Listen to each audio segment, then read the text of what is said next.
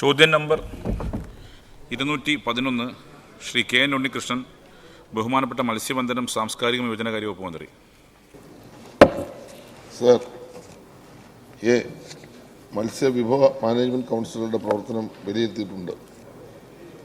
സമുദ്ര മത്സ്യബന്ധനത്തിൻ്റെ ഫലപ്രദമായ നടത്തിപ്പിനും നിരീക്ഷണത്തിനും സുസ്ഥിരമായി മത്സ്യസമ്പത്ത് പരിപാലിക്കുന്നതിനും വേണ്ടിയുള്ള 1980 കേരള മറൈൻ ഫിഷിംഗ് റെഗുലേഷൻ ആക്ടിൽ കാലോചിതമായ ഭേദഗതികൾ വരുത്തി ഗസറ്റ് വിജ്ഞാപനം വഴി ഒരു ത്രിതല സംവിധാനമായാണ് ഫിഷറീസ് മാനേജ്മെൻറ്റ് കൗൺസിൽ രൂപീകൃതമായിട്ടുള്ളത്. പ്രസ്തുത ത്രിതല സംവിധാനം നടപ്പിലാക്കുന്ന ആദ്യ സംസ്ഥാനമാണ് കേരളം. ആയത് താഴെ പറയും പ്രകാരമാണ്: A. Phishing village management council. B. ജില്ലാ ഫിഷറീസ് മാനേജ്മെൻറ്റ് കൗൺസിൽ. സി. സംസ്ഥാന ഫിഷറീസ് മാനേജ്മെൻറ്റ് കൗൺസിൽ. സംസ്ഥാന തലത്തിലും ജില്ലാതലത്തിലും 211 മത്സ്യഗ്രാമങ്ങൾ കേന്ദ്രീകരിച്ചു ഫിഷറീസ് മാനേജ്മെൻറ്റ് കൗൺസിലുകൾ നിശ്ചിത ഇടവേളകളിൽ യോഗങ്ങൾ ചേരുകയും തീരുമാനങ്ങൾ നടപ്പിലാക്കുന്നതിന് നടപടി സ്വീകരിക്കുകയും ചെയ്തു വരുന്നു. 2021-22 സാമ്പത്തിക വർഷത്തിൽ നടപ്പിലാക്കിയ മറൈൻ ഫിഷിംഗ് പ്രാക്ടീസസ് എന്ന പദ്ധതിയുടെ ഒരു ഘടകമായ പരിശീലന ബോധവൽക്കരണ പരിപാടി ട്രെയിനിങ് ആൻഡ് അവയർനെസ് പ്രോഗ്രാം പ്രകാരം 9 തീരദേശ ജില്ലകളിൽ 18 ബാച്ചുകളിലായി 540 മത്സ്യത്തൊഴിലാളികൾക്ക് പരിശീലനം നൽകിയിട്ടുണ്ട്. സർ, ഇതിനായി 7 ലക്ഷം രൂപ ചെലവഴിച്ചു. 2022-23 സാമ്പത്തിക വർഷത്തിൽ 9 തീരദേശ ജില്ലകളിൽ 60 ബാച്ചുകളിലായി 2519 മത്സ്യത്തൊഴിലാളികൾക്ക് സുസ്ഥിര മത്സ്യബന്ധനം, മത്സ്യത്തൊഴിലാളികളുടെ സുരക്ഷ എന്നിവ സംബന്ധിച്ച ചട്ടങ്ങൾക്കും അതുമായി ബന്ധപ്പെട്ട വിഷയങ്ങൾക്കും മത്സ്യത്തൊഴിലാളികളിടയിൽ പ്രചാരം നൽകുന്നതിന് ബോധവൽക്കരണ പരിപാടികൾ സംഘടിപ്പിച്ചു. സർ, 12 ലക്ഷം രൂപ ഇതിനായി ചെലവഴിച്ചു. 2023-24 വർഷത്തിൽ 100 ബാച്ചുകളിലായി 5900 മത്സ്യത്തൊഴിലാളികൾക്ക് പരിശീലനം നൽകി. ഇതിനായി സർ 20 ലക്ഷം രൂപ ചെലവഴിച്ചു. ബി.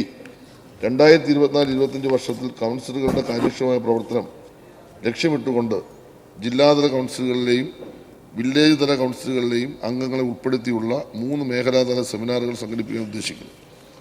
മത്സ്യസമ്പത്തിൻ്റെ സംരക്ഷണം ഉറപ്പാക്കുന്നതിന് മത്സ്യത്തൊഴിലാളികൾക്കിടയിലും അതുപോലെ സാധാരണ ജനങ്ങൾക്കിടയിലും അവബോധം സൃഷ്ടിക്കുക എന്ന ലക്ഷ്യത്തോടെ വിവിധതരം ബ്രോഷറുകൾ, ലഘു വീഡിയോകൾ എന്നിവ തയ്യാറാക്കി പ്രദർശിപ്പിക്കുന്നതിനും നടപടി സ്വീകരിച്ചു വരുന്നു. കൂടാതെ കൗൺസിലിൻ്റെ പ്രധാന കർത്തവ്യമായ ഫിഷറീസ് മാനേജ്മെൻറ്റ് പ്ലാൻ തയ്യാറാക്കുന്നതിനാവശ്യമായ പ്രാരംഭ പ്രവർത്തനങ്ങളും നടത്തിവരുന്നു. കൗൺസിലിൻ്റെ പ്രവർത്തനം കാര്യക്ഷമമാക്കുന്നതിനായി 24-25 സാമ്പത്തിക വർഷത്തിൽ 44 ലക്ഷം രൂപയുടെ ഭരണാനുമതി നൽകിയിട്ടുണ്ട്. സി. മത്സ്യ ബോർഡ്, മത്സ്യഫെഡ് എന്നീ സ്ഥാപനങ്ങളുടെ പ്രതിനിധികളെ സ്റ്റേറ്റ് ഫിഷറീസ് മാനേജ്മെൻറ്റ് കൗൺസിൽ യോഗത്തിൽ പങ്കെടുപ്പിച്ചു വരുന്നു. Shri K N Unnikrishnan. Sir, 211 മത്സ്യഗ്രാമങ്ങൾ കേന്ദ്രീകരിച്ച് ഫിഷറീസ് മാനേജ്മെൻറ്റ് കൗൺസിലുകൾ നിലവിൽ വന്നെങ്കിലും അവയിലെ അംഗങ്ങൾക്ക് ഇതിൻ്റെ പ്രാധാന്യം മനസ്സിലായതായി തോന്നുന്നില്ല. അംഗങ്ങൾക്ക് കൗൺസിലുകളുടെ പ്രവർത്തനത്തെക്കുറിച്ച് ബോധവൽക്കരണം നൽകുന്നതിന് പ്രത്യേക പരിപാടികൾ ആവിഷ്കരിക്കുമോ? Yes minister. സർ, ബഹുമാനപ്പെട്ട അംഗം ഉന്നയിച്ച പ്രശ്നം നമ്മുടെ ശ്രദ്ധയിൽ വന്ന ഉടൻ തന്നെ പ്രാദേശിക തലത്തിലും ജില്ലാതലത്തിലും രൂപീകരിക്കപ്പെട്ടിട്ടുള്ള മാനേജ്മെൻറ്റ് കൗൺസിലുകളിലെ അംഗങ്ങൾക്ക് ഫിഷറീസ് മാനേജ്മെൻറ്റ് കൗൺസിലിനെ കുറിച്ച് ബോധവൽക്കരണം നൽകുന്നതിനും അവയുടെ പ്രവർത്തനങ്ങളെക്കുറിച്ച് മനസ്സിലാക്കുന്നതിനും കഴിയുന്ന തരത്തിൽ മേഖലാതലത്തിലും മത്സ്യഗ്രാമതലത്തിലും ബോധവൽക്കരണ സെമിനാറുകളും ചർച്ചാ ക്ലാസുകളും സംഘടിപ്പിക്കുന്നതിന് തീരുമാനിച്ച് മുന്നോട്ട് പോവുകയാണ്. അതിലെ ആദ്യ ബോധവൽക്കരണ പരിപാടി ജൂലൈ മാസത്തിൽ തിരുവനന്തപുരത്ത് നടത്താൻ നിശ്ചയിച്ചിട്ടുണ്ട്. ഈ വർഷം തന്നെ ഇത്തരത്തിൽ ബോധവൽക്കരണം എല്ലാ ജില്ലകളിലും നടപ്പാക്കുന്നതാണ്. കൂടാതെ 11 ഗ്രാമങ്ങളിൽ കൂടി ഫിഷറീസ് മാനേജ്മെൻറ്റ് കൗൺസിൽ ഉടൻ തന്നെ രൂപീകരിച്ച് എല്ലാ മത്സ്യഗ്രാമങ്ങളിലും സമിതികൾ നടപ്പിൽ വരുത്തുകയും ചെയ്യും. മത്സ്യവിഭവ സംരക്ഷണത്തിൽ മത്സ്യത്തൊഴിലാളികളുടെ പങ്കാളിത്തം കൂടി ഉറപ്പാക്കി അവരുടെ പരമ്പരാഗത അറിവ് കൂടി പ്രയോജനപ്പെടുത്തി നൂതനമായ പദ്ധതികൾ ആവിഷ്കരിച്ച് നടപ്പാക്കാനാണ് ഗവൺമെൻറ് ഇപ്പോൾ ഉദ്ദേശിക്കുന്നത്. Second question. സർ, കൃത്രിമ പാരുകൾ മത്സ്യസമ്പത്ത് സംരക്ഷണത്തിനും പരിപാലനത്തിനും എങ്ങനെയെല്ലാം സഹായകമാകും? ഇത് വടക്കൻ കേരളത്തിലേക്ക് കൂടി വ്യാപിപ്പിക്കുമോ? Yes minister. സർ, ഇത് സംബന്ധിച്ചിടത്തോളം നമ്മളിപ്പോൾ 10,000-ഓളം കൃത്രിമ പാരുകൾ തിരുവനന്തപുരം ജില്ലയിൽ തന്നെ നമ്മളിപ്പോൾ സ്ഥാപിച്ചു കഴിഞ്ഞു. ഇതിൻ്റെ ഫലമായി സമുദ്ര മത്സ്യ ഉൽപ്പാദനത്തിൽ നല്ല പുരോഗതി ഇപ്പം നമുക്ക് കൈവരിക്കാൻ കഴിഞ്ഞിട്ടുണ്ട്. ഈ അടിസ്ഥാനത്തിൽ തീർച്ചയായിട്ടും കാലാവസ്ഥാ വ്യതിയാനവും മനുഷ്യൻ്റെ ഇടപെടൽ മൂലം കടലിലും മത്സ്യസമ്പത്തിന് കുറവ് നേരിടുന്നത് മനസ്സിലാക്കിക്കൊണ്ടാണ് അതുപോലെ തന്നെ മത്സ്യബന്ധന യാനങ്ങളുടെ അനിയന്ത്രിതമായ വർധനവ് മൂലമുണ്ടാകുന്ന പ്രയാസങ്ങൾ മനസ്സിലാക്കിക്കൊണ്ടാണ് നമ്മൾ ഈ നടപടികളിലേക്ക് പോകുന്നത്. ഇതിൻ്റെ ഭാഗമായി GPS അധിഷ്ഠിത ആധുനിക സാങ്കേതിക വിദ്യകൾ ഉപയോഗിച്ചുകൊണ്ട് മത്സ്യബന്ധനം നടത്തുന്നതിലേക്ക് കൂടുതൽ സാങ്കേതിക വിദ്യകൾ നമുക്ക് പ്രയോജനപ്പെടുത്തേണ്ടതായിട്ടുണ്ട്. യാനങ്ങളുടെ എണ്ണത്തിലുള്ള വർധനവ് നമുക്ക് ക്രമീകരിക്കേണ്ടതായിട്ടുണ്ട്. 10,000-ലധികം കൃത്രിമ പാല് യൂണിറ്റുകൾ തിരുവനന്തപുരം ജില്ലയിൽ സ്ഥാപിച്ച് അതിൻ്റെ ഭാഗമായി നല്ല പുരോഗതി ഇപ്പോൾ കൈവരിച്ചിട്ടുണ്ട് സാർ. വടക്കൻ ജില്ലകളിലേക്ക് ഇത് സ്ഥാപിക്കുന്നതിന് വേണ്ടി ഇപ്പോൾ നമ്മളൊരു പദ്ധതി തയ്യാറാക്കി കേന്ദ്രത്തിൽ സമർപ്പിച്ചിട്ടുണ്ട്. അംഗീകാരം കിട്ടുന്ന മുറയ്ക്ക് വടക്കൻ ജില്ലകളിലും ഇത് വ്യാപകമായി നടത്താനാണ് ഗവൺമെൻറ് ഉദ്ദേശിക്കുന്നത്. ശ്രീ വി ജോയ്. സർ, നമുക്കെല്ലാം അറിയാവുന്നതുപോലെ ലോകത്തിലെ തന്നെ ഏറ്റവും കഠിനമായ ഒരു തൊഴിൽ മേഖലയാണ് മത്സ്യബന്ധന മേഖല. ഇത്രയും കഠിനമായ ഒരു തൊഴിൽ മേഖലയിൽ പണിയെടുക്കുന്നവർ വേണ്ടത്ര ജീവൻ രക്ഷാ ഉപകരണങ്ങൾ ഉപയോഗിക്കാത്തതിനാലാണ് പല അപകടങ്ങളും മരണത്തിലേക്ക് കൊണ്ടുവന്നെത്തിക്കുന്നത്. ജീവൻ രക്ഷാ ഉപകരണങ്ങളുടെ ആവശ്യകത, ഉപയോഗം എന്നിവയെക്കുറിച്ച് മത്സ്യത്തൊഴിലാളികളെ ബോധവൽക്കരിക്കുന്നതിന് എന്തെല്ലാം നടപടികളാണ് ആവിഷ്കരിച്ചിട്ടുള്ളത്? സാർ, ഇന്നലെ മുതലപ്പുഴയുമായി ബന്ധപ്പെട്ട പ്രശ്നത്തെ ചർച്ചയിൽ നമ്മൾ അവിടെ മാത്രം സ്വീകരിച്ച നടപടികൾ ഭാഗികമായി ഞാൻ പറയുകയുണ്ടായി. സാർ, നമ്മുടെ ഗവൺമെൻറ് വളരെ മികച്ച നിലയിലാണ് ജീവൻ രക്ഷാ സുരക്ഷാ പരിപാടികൾ കേരളത്തിൻ്റെ കടൽ മേഖലയിൽ മത്സ്യമേഖല സ്വീകരിക്കുന്നത്. ബഹുമാനപ്പെട്ട അംഗം ഉന്നയിച്ച വിഷയം വളരെ പ്രധാനപ്പെട്ട വിഷയം തന്നെയാണ്. പലപ്പോഴും മത്സ്യബന്ധനത്തിൽ ഏർപ്പെട്ടവർക്ക് അപകടം ഉണ്ടാകാൻ സാധ്യത ഉള്ളതുകൊണ്ട് തന്നെ രക്ഷാപ്രവർത്തനത്തിന് വലിയ തരത്തിലുള്ള പ്രാധാന്യമാണ് ഗവൺമെൻറ് കൊടുക്കുന്നത്. സാർ, ഇതിൻ്റെ ഒരു പ്രശ്നം നമ്മൾ ആവിഷ്കരിക്കുന്ന സുരക്ഷാ പദ്ധതികൾ അല്ലെങ്കിൽ സുരക്ഷയ്ക്ക് ആവശ്യമായ സംവിധാനങ്ങൾ ഫലപ്രദമായി പല സ്ഥലത്തും ഉപയോഗിക്കുന്നില്ല എന്നതാണ് വസ്തുത. ഉദാഹരണം, നമ്മളിപ്പോൾ 40,000 ലൈഫ് ജാക്കറ്റുകൾ സൗജന്യമായും 2,000-ഓളം ലൈഫ് ബോയികൾ വിവിധ സുരക്ഷാ ഉപകരണങ്ങളും സംസ്ഥാന ഗവൺമെൻറ്റിൻ്റെയും തദ്ദേശ സ്വയംഭരണ സ്ഥാപനങ്ങളുടെയും പദ്ധതികൾ ഉൾപ്പെടുത്തി ഇതിനോടകം വിതരണം ചെയ്തു. സാർ, ഈ അപകടം ഉണ്ടാകുന്നതും നമ്മൾ പരിശോധിക്കുമ്പോൾ ഏറ്റവും കൂടുതൽ കാണുന്നത് മത്സ്യബന്ധനത്തിന് ശേഷം കരയിലേക്ക് കടന്നു വരുന്ന സമയത്തും മത്സ്യബന്ധനത്തിന് കടലിലേക്ക് പോകുന്ന സ്ഥലത്ത് വെച്ചാണ് അപകടം ഉണ്ടാകുന്നത്. മത്സ്യത്തൊഴിലാളി സംഘടനകളുടെ യോഗങ്ങളെക്കുറിച്ച് എന്തെല്ലാം ആക്ഷേപം പറഞ്ഞാലും അവരുടെ യോഗങ്ങളിൽ ഏറ്റവും പ്രാധാന്യത്തോടുകൂടി ഞാൻ പറഞ്ഞ ഒരു കാര്യം, മത്സ്യബന്ധനത്തിന് പോകുമ്പോഴും മത്സ്യം പിടിച്ച് തിരിച്ചു വരുമ്പോഴും ലൈഫ് ജാക്കറ്റ് ഉപയോഗിക്കണം. പക്ഷേ ഭൂരിപക്ഷം വരുന്ന മത്സ്യത്തൊഴിലാളി ഉപയോഗിക്കാറില്ല. എന്നാൽ ഇത് ഇത്രയും കാര്യങ്ങൾ നമ്മൾ സൗജന്യമായി. ഇതിന് പുറമെ മത്സ്യബന്ധന യാനങ്ങൾ രജിസ്റ്റർ ചെയ്യുന്ന സമയത്ത് സുരക്ഷാ ഉപകരണങ്ങൾ നിർബന്ധമാക്കിയിട്ടുണ്ട്. എന്നിരുന്നാലും മത്സ്യബന്ധനത്തിന് പോകുമ്പോൾ മത്സ്യത്തൊഴിലാളികൾ ഇവ കൊണ്ടുപോവുകയോ അതുപോലെ തന്നെ കൃത്യമായി ഉപയോഗിക്കുകയോ ചെയ്യുന്നില്ല എന്നതാണ് ഏറ്റവും പ്രധാനപ്പെട്ട പ്രശ്നം. സാർ, ഇത് ഉപയോഗിച്ചാൽ നമുക്ക് മരണത്തിൽ നിന്ന് രക്ഷപ്പെടാൻ കഴിയുന്ന കാര്യത്തിൽ ഒരു സംശയവും വേണ്ട. ജീവൻ രക്ഷാ ഉപകരണങ്ങളെ സംബന്ധിച്ച് മതിയായ ബോധവൽക്കരണം നൽകുന്നതിനുള്ള പദ്ധതികൾ ഫിഷറീസ് വകുപ്പ് ആവിഷ്കരിച്ച് ലഘുലേഖകൾ തയ്യാറാക്കി ചെറു വീഡിയോകളും മത്സ്യത്തൊഴിലാളിയെ ബോധവൽക്കരിക്കുന്നത് തയ്യാറാക്കി തീരപ്രദേശത്ത് നടപ്പാക്കി വരുന്നു. കൂടുതൽ കാര്യക്ഷമമായി നടപ്പാക്കാനുള്ള നടപടി ഇപ്പോൾ സ്വീകരിച്ചിട്ടുണ്ട്. സർ, നടപ്പ് വർഷം ഇത്തരത്തിൽ സുരക്ഷയെക്കുറിച്ച് ബോധവൽക്കരണം നടത്തുന്നതിനും ഈ പറഞ്ഞ തരത്തിലുള്ള ലഘുലേഖകളും വീഡിയോകളും തയ്യാറാക്കി മത്സ്യത്തൊഴിലാളികളെ ബോധവൽക്കരിക്കുന്നതിന് കൂടുതൽ പ്രാദേശികമായ തലത്തിലേക്ക് സമിതികളടക്കം രൂപീകരിച്ചുകൊണ്ട് അപകടരഹിതമായ മത്സ്യബന്ധനം എന്ന കാഴ്ചപ്പാടിലേക്ക് മത്സ്യത്തൊഴിലാളി എത്തിക്കുക, അതിനുവേണ്ടിയുള്ള വലിയ പരിശ്രമമാണ് ഗവൺമെൻറ് നടത്തുന്നത്. അതിന് എല്ലാവരുടെയും നല്ല സഹകരണവും ആവശ്യമാണ്. ശ്രീ പി നന്ദകുമാർ.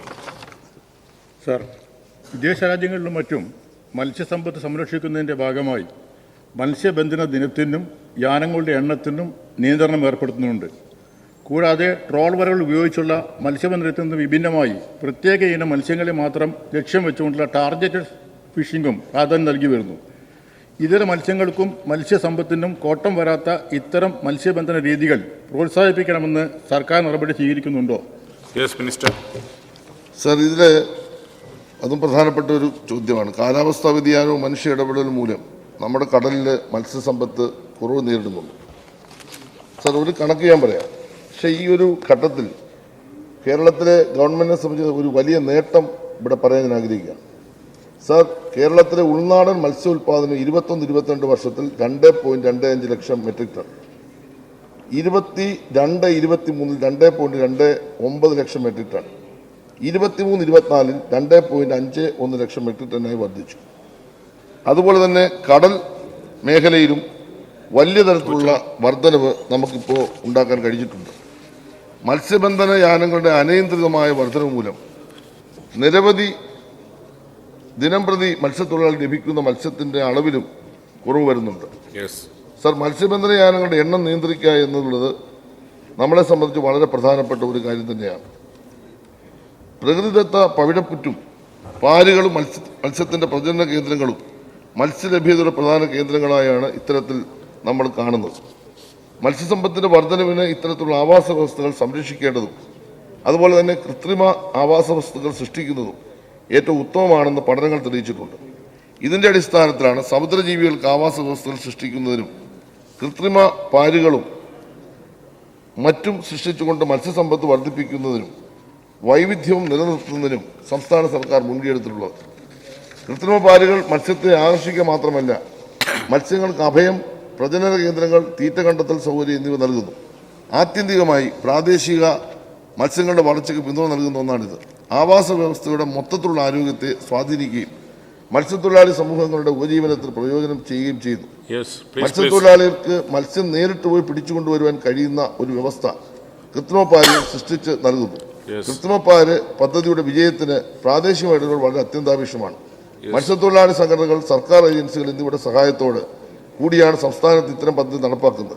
ഞാൻ നേരത്തെ പറഞ്ഞതുപോലെ 10,000-ഓളം കൃത്രിമപ്പാലുകൾ ഇതിനോടകം തന്നെ നിക്ഷേപിച്ചു കഴിഞ്ഞു. സംസ്ഥാനത്തിന്റെ വിവിധ ഭാഗങ്ങളിലേക്ക് ഇത് വ്യാപിപ്പിക്കാനുള്ള നടപടികൾ സ്വീകരിച്ചു വരികയാണ്. ശ്രീ എം വിജിൻ. സർ, മത്സ്യത്തൊഴിലാളികളുടെ മത്സ്യസമ്പത്തിൻ്റെ സംരക്ഷണത്തെക്കുറിച്ചും കടൽ സുരക്ഷയെക്കുറിച്ചുള്ള ബോധവൽക്കരണത്തിനായി ഇവിടെ അങ്ങ് തന്നെ പറഞ്ഞു പ്രത്യേകമായി ലഘു വീഡിയോ തയ്യാറാക്കും. സർ, ഇതിന് ആനിമേറ്റഡ് വീഡിയോ കുറച്ചുകൂടി പ്രയോജനപ്പെടുത്താൻ സാധിക്കുന്ന ഒന്നല്ലേ? അതുപോലെ തന്നെ നമ്മളും കൃഷിയിലേക്ക് എന്ന പദ്ധതി പരിചയപ്പെടുത്തുന്നതിന് നമ്മുടെ ഗവൺമെൻറ് ചില്ലു എന്ന അണ്ണാറക്കണ്ണൻ ഭാഗ്യചിഹ്നമായിട്ട് ഉപയോഗിച്ചിട്ടുണ്ട്. അതുപോലെ ഈ പദ്ധതിക്ക്, ഈ ബോധവൽക്കരണ പദ്ധതിക്ക് കടൽ ജീവികളെ ഇത്തരത്തിൽ ഭാഗ്യചിഹ്നമായി പ്രയോജനപ്പെടുത്താൻ സാധിക്കുമോ? Yes minister. സർ, നമ്മളും കൃഷിയിലേക്ക് എന്നുള്ള പദ്ധതി വളരെ വിജയകരമായി കേരളത്തിൽ മുന്നോട്ട് പോവുകയാണ്. അതിൻ്റെ ഭാഗ്യചിഹ്നമായ ചില്ലു കൃഷിയെ പരിചയപ്പെടുത്തുന്ന മാതൃകയിൽ കടലിലെ ഏറ്റവും ബുദ്ധിയുള്ളതും മനുഷ്യരുമായി ഏറ്റവും അടുത്ത് ഇടപെടുന്നതുമായ ഡോൾഫിനെ കടൽ സുരക്ഷയെക്കുറിച്ച് മത്സ്യത്തൊഴിലാളിയെ ബോധവൽക്കരിക്കുന്നതിന് പ്രയോജനപ്പെടുത്തുവാനാണ് ഇപ്പോൾ നമ്മൾ ആഗ്രഹിക്കുന്നത്. ലൈഫ് ജാക്കറ്റ് അണിഞ്ഞ ഡോൾഫിൻ കടൽ സുരക്ഷയെക്കുറിച്ച് പറയുന്ന ചെറു വീഡിയോകളും ഇപ്പോൾ തയ്യാറാക്കി നമ്മൾ ലക്ഷ്യത്തിലേക്ക് എത്താൻ ശ്രമിക്കുകയാണ്. ശ്രീമതി ദലീമ. സർ, പ്രതികൂല കാലാവസ്ഥയും കള്ളക്കടൽ പ്രതിഭാസവും മൂലം കുറേക്കാലം മത്സ്യബന്ധനത്തിന് പോകാൻ കഴിയാതെ ബുദ്ധിമുട്ടിലായ മത്സ്യത്തൊഴിലാളികളെ ട്രോളിംഗ് കാലത്ത് സഹായിക്കുന്നതിന് എന്തെല്ലാം പദ്ധതികളാണ് ആവിഷ്കരിച്ചിട്ടുള്ളത്? സർ, ട്രോളിംഗ് ഇപ്പം നമ്മൾ നടപ്പാക്കി വരികയാണ്. സംസ്ഥാനത്ത് ജൂൺ 10 മുതൽ ജൂലൈ 31 വരെയുള്ള 52 ദിവസക്കാലമാണ് ട്രോൾ വലകൾ ഉപയോഗിക്കുന്ന യന്ത്രവൽകൃത മത്സ്യബന്ധന യാനങ്ങൾക്കാണ് ഇപ്പോൾ നമ്മൾ നിരോധനം ഏർപ്പെടുത്തിയിട്ടുള്ളത്. പരമ്പരാഗത മത്സ്യബന്ധന യാനങ്ങൾക്ക് ഈ നിരോധനം ബാധകമല്ല. ട്രോളിംഗ് നിരോധന കാലത്ത് തൊഴിൽ നഷ്ടപ്പെടുന്ന യന്ത്രവൽകൃത മത്സ്യബന്ധന യാനങ്ങളുടെ മത്സ്യത്തൊഴിലാളികൾക്കും അനുബന്ധ തൊഴിലാളികൾക്കും പീലിംഗ് തൊഴിലാളികൾക്കും സൗജന്യ റേഷൻ നൽകി വരുന്നു. മത്സ്യത്തൊഴിലാളികൾക്കും അനുബന്ധ തൊഴിലാളികൾക്ക് ഈ കാലയളവിൽ സമ്പാദ്യ സമാശ്വാസ പദ്ധതി ഉൾപ്പെടുത്തി 4,500 രൂപ അനുവദിച്ച് അതിൻ്റെ ആദ്യ ഗഡുവായ 1,500 രൂപ ഇതിനകം നൽകി കഴിഞ്ഞു.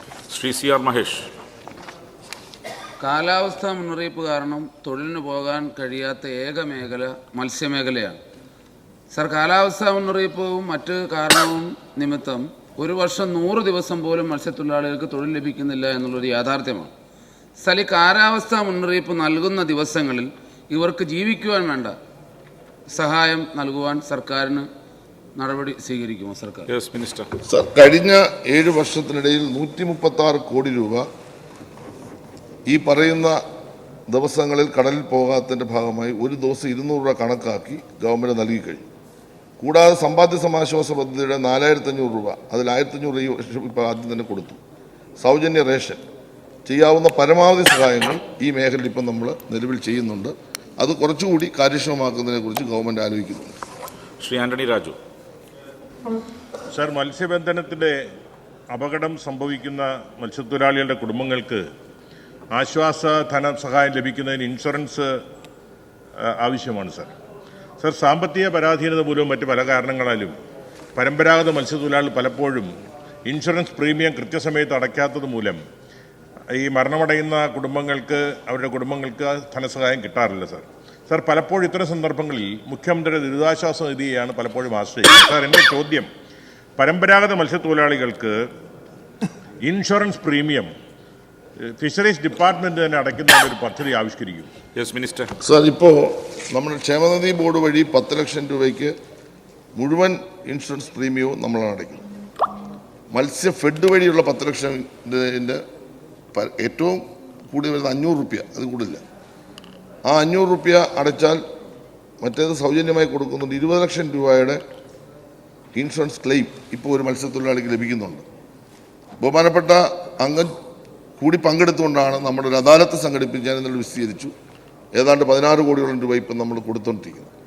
ഇപ്പോൾ നമ്മളെ സംബന്ധിച്ച് 20 ലക്ഷം രൂപ നമ്മളിപ്പം ക്ലെയിം കൊടുക്കാൻ നമുക്ക് കഴിയും.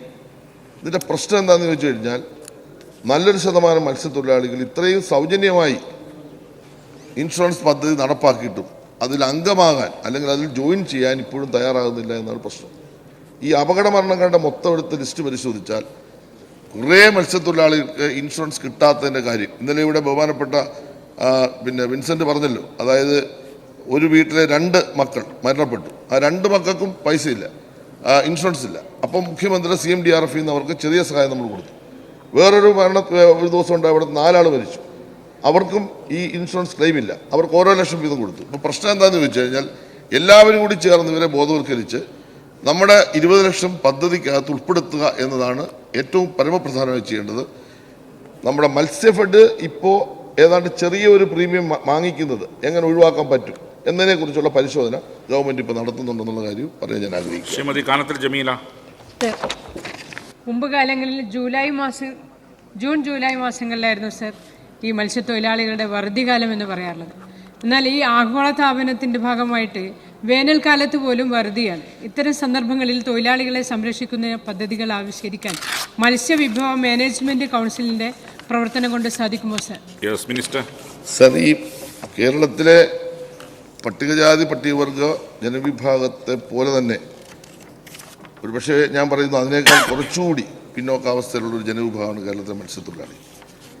ആ ഒരു സാഹചര്യത്തിൽ അവരെ സാമൂഹ്യമായും സാമ്പത്തികമായും ഉയർത്തേണ്ട ഉത്തരവാദിത്വം ഗവൺമെൻറ്റിനുണ്ട്. സാർ, ഈ കഴിഞ്ഞ 7-8 വർഷക്കാലം ഈ ഗവൺമെൻറ് 2 ഗവൺമെൻറ്റുകളും ചെയ്തുകൊണ്ടിരിക്കുന്ന കാര്യം അവരെ സാമൂഹ്യമായും സാമ്പത്തികം ഉയർത്തുക എന്ന ലക്ഷ്യത്തോടു കൂടി തന്നെയാണ്. ഈ വറുതികാലം എന്ന് പറയുന്നത് ജൂൺ ജൂലൈ മാസം മാത്രമല്ല, 12 മാസവും അവർക്ക് ഭവന നിർമ്മാണ പദ്ധതികൾ, അവരുടെ സുരക്ഷാ പദ്ധതികൾ, അവർക്കുള്ള സാമ്പത്തിക ധനസഹായങ്ങൾ, വ്യക്തിഗത ആനുകൂല്യങ്ങൾ ഇതെല്ലാം കൊടുക്കുന്നതിൽ സാർ ഇന്ത്യയിൽ ഞാൻ ഒരു കാര്യം ഉറപ്പിച്ചു പറയുന്നു, കഴിഞ്ഞ 8-7 വർഷമായി 12,000 കോടി രൂപ ഇന്ത്യയിൽ മത്സ്യത്തൊഴിലാളി കൊടുത്ത ഒരു സംസ്ഥാനമാണ് കേരളം. അത് ഒരു വിട്ടുവീഴ്ചയില്ലാതെ തുടരുമെന്ന കാര്യം പറയാൻ ഞാൻ ആഗ്രഹിക്കുകയാണ്. ശ്രീ പി അബ്ദുൽ ഹമീദ്. ശ്രീ കുഞ്ഞുമോൻ. സർ, ഈ കഴിഞ്ഞ വർഷം ഈ തീരദേശ നിയമസഭാ മണ്ഡലങ്ങളിൽ തീരസദസ്സ് സംഘടിപ്പിക്കുകയുണ്ടായി. വളരെ ആഘോഷപൂർവ്വമാണ് നമ്മൾ ആ തീരദേശ സദസ്സൊക്കെ സംഘടിപ്പിച്ചത്. മത്സ്യത്തൊഴിലാളികൾ സജീവമായി പങ്കെടുത്തൊരു സദസ്സായിരുന്നത്. അങ്ങ് ആദ്യം സജീവമായിട്ട് സദസ്സിൽ പങ്കെടുത്തു. ഒട്ടനവധി നിർദ്ദേശങ്ങളും ആവശ്യങ്ങളും അന്ന് ആ സദസ്സിൽ ഉന്നയിച്ചിരുന്നു. പല കാര്യങ്ങളും ഇപ്പോഴും നടന്നിട്ടില്ല. എന്താണ് ഇപ്പോൾ ഇന്നത്തെ അതിൻ്റെ അന്ന് പറഞ്ഞ വളരെ വിലപ്പെട്ട അഭിപ്രായങ്ങളും നിർദ്ദേശങ്ങളും അത് നടപ്പിലാക്കാനുള്ള എന്തെങ്കിലും നടപടികൾ സ്വീകരിക്കുന്നുണ്ടോ എന്നുള്ളതാണ് എൻ്റെ ചോദ്യം.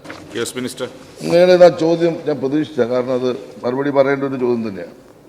സാർ, തീരദേശ ജനതയുടെ ഉന്നമനത്തിനും വികസനത്തിനുമായി ഈ ഗവൺമെൻറ് അധികാരത്തിൽ വന്നതിന് ശേഷം നടപ്പാക്കിയ ഒരു പദ്ധതി, കേരളത്തിൽ ആദ്യമായി ബഹുമാനപ്പെട്ട മുഖ്യമന്ത്രി നിർദ്ദേശപ്രകാരം നടപ്പാക്കിയ ഒരു പദ്ധതിയാണ് തീരസദസ്.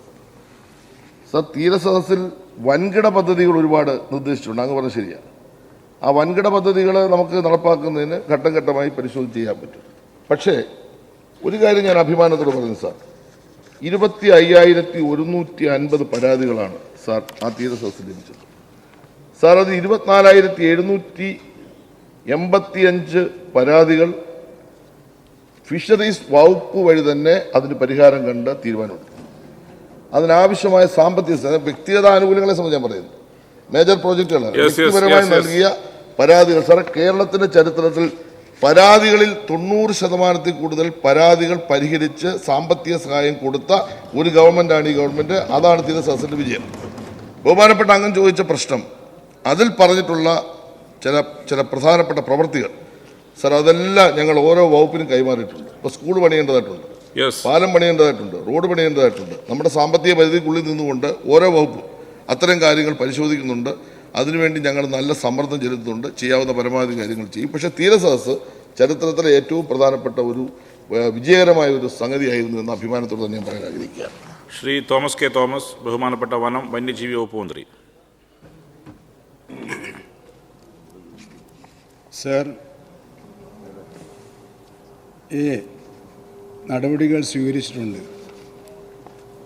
മനുഷ്യ വന്യജീവി സംഘർഷം ലഘൂകരിക്കുന്നതിനായി വനം വകുപ്പ് വിവിധ കർമ്മ പദ്ധതികളാണ് നടപ്പിലാക്കി വരുന്നത്. വന്യമൃഗങ്ങളുടെ സംരക്ഷണത്തിനും അതോടൊപ്പം തന്നെ ജനങ്ങളുടെ സുരക്ഷിതത്വം ഉറപ്പുവരുത്തുന്നതിന് ആവശ്യമായ കാഴ്ചപ്പാടോടുകൂടിയാണ് ഈ നടപടികൾ സ്വീകരിച്ചു വരുന്നത്. ജനവാസ മേഖലയോട് ചേർന്ന് സൗരോർജ്ജ വേലി, ട്രെഞ്ച്, ജൈവ വേലികൾ എന്നിവ നിർമ്മിച്ചിട്ടുണ്ട്. വനസംരക്ഷണ സമിതികളിലൂടെ ജനജാഗ്രത സമിതികളുടെയും കൃത്യമായ ബോധവൽക്കരണം ജനങ്ങൾക്ക് നൽകുകയും മനുഷ്യ വന്യജീവി സംഘർഷം കൂടുതലുള്ള മേഖലകളിൽ പ്രത്യേകമായി വാച്ചർമാരെ നിയോഗിക്കുകയും നിരീക്ഷണം ശക്തമാക്കുകയും ചെയ്യുന്നുണ്ട്. കാടിറങ്ങുന്ന വന്യമൃഗങ്ങളെ ഫലപ്രദവും ശാസ്ത്രീയമായ രീതിയിൽ തിരികെ വനത്തിലേക്ക് സുരക്ഷിതമായി മടക്കുന്നതിനുള്ള നടപടികളും സ്വീകരിച്ചു വരുന്നുണ്ട്. വന്യമൃഗങ്ങളുടെ സാന്നിധ്യം മുൻകൂറായി അറിയിക്കുന്നതിനായി ഏർലി വാർണിംഗ് സിസ്റ്റം വനത്തോട് ചേർന്നുള്ള ജനവാസ മേഖലയിൽ നടപ്പിലാക്കിയിട്ടുണ്ട്.